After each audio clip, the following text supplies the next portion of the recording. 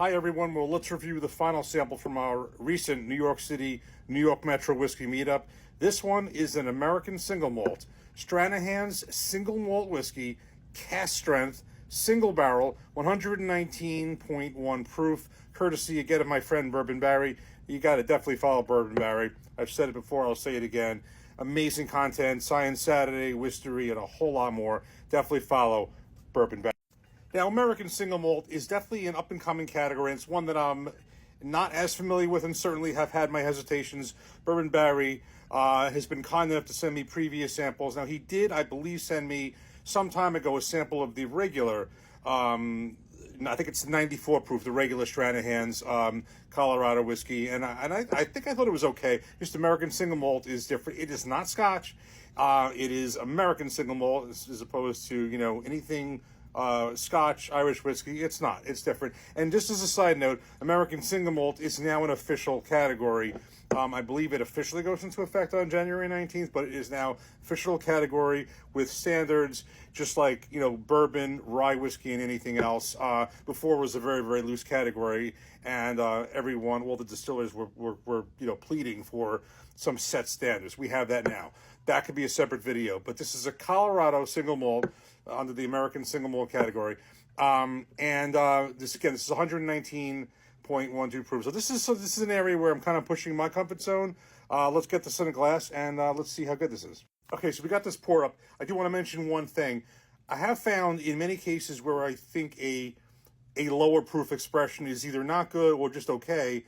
There are a lot of instances where I like it a lot better at a higher proof, certainly at a cask strength, full proof, or anything like that. This being a cask strength, I want to see if I like this better at this proof. I think this is maybe the first American single malt, or possibly the second that I've tried a cask strength. Let's give it a nose. Well, right away, that's not a bourbon. That is just not a bourbon smell to me. I'm getting, I'm almost getting, it's definitely a different smell. I don't know if it's a fruit. You can kind of tell this is, I'm getting a malt smell, but it is more than that. There's some fruit and some other, definitely different than bourbon. All right, let's give this a taste. Cheers.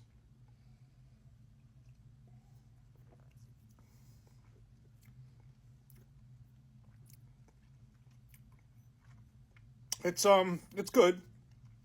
This is just a new area to me. It has a nice finish. Let's talk about that.